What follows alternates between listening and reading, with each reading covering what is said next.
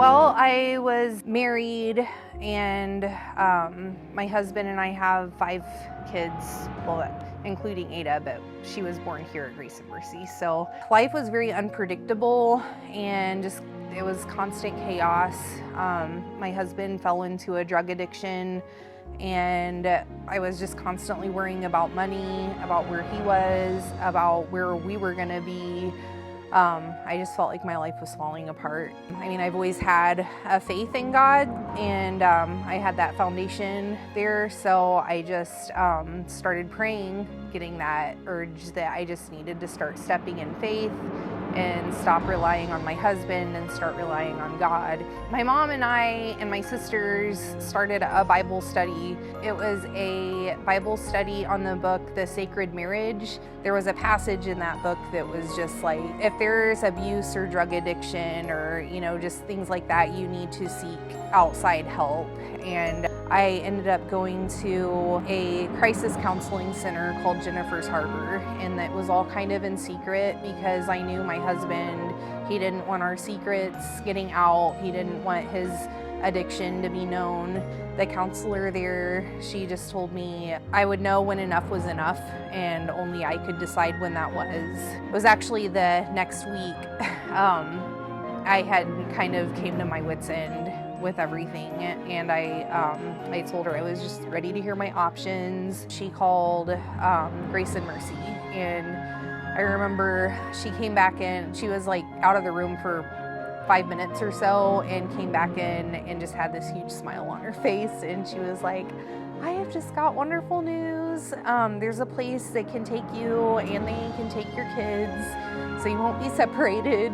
And so I was like, okay. And she's like, it's in Bluffton, so you're gonna have to put an application in like right now. Ended up going over to my sister-in-law's house. She helped me print out an application and get it emailed to Andrea. And it was like the next day she called. She wanted to know more about what I was going through. And then she asked me what my husband's addiction was. She's like, well, I know exactly where he's coming from because, I came from a place of addiction. I know exactly what his mindset is. And she was like, you're doing the right thing. I almost immediately knew that I needed to probably pursue this open door because that was an answer to my prayer automatically because I don't know addiction personally. In the morning that she called and she asked if I could come in for an interview, we sat in the office for a couple hours and I just knew that this was where I was supposed to be. And there was about 4 or 5 other ladies here whenever I came in, and they were all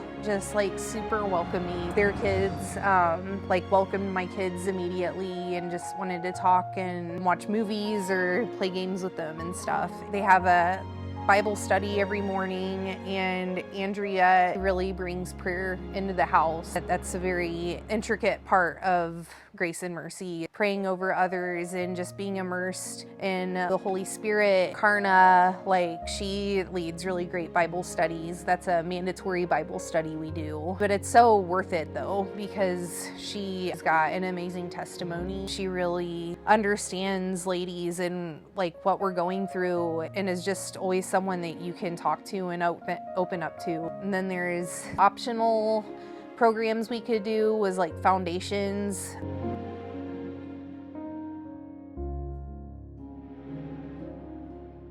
There's programs for recovering addicts and stuff, but then there's the non-recovering addicts. So they do mom time and programs through Helping Hands.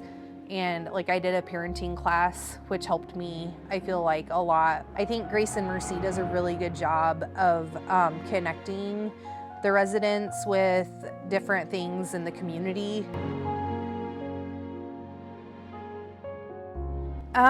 It's been very peaceful and very simple. I feel at peace with my finances and just with my with my spiritual life and with the friendships I've made. I don't feel so isolated even though I'm on my own now. I can come and visit my friends that are still here pretty much anytime I want. One thing I really appreciate about Grace and Mercy is that they really lay out a foundation that's a really healthy and good foundation to follow beyond the doors of Grace and Mercy. So it's been a very inspirational and life-changing journey for me, for sure.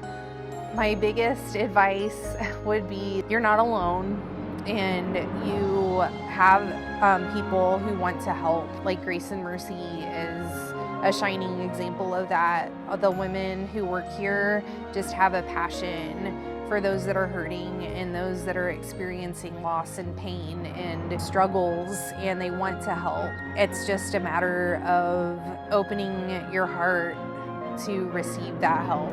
Sometimes that could lead you right to where you need to be.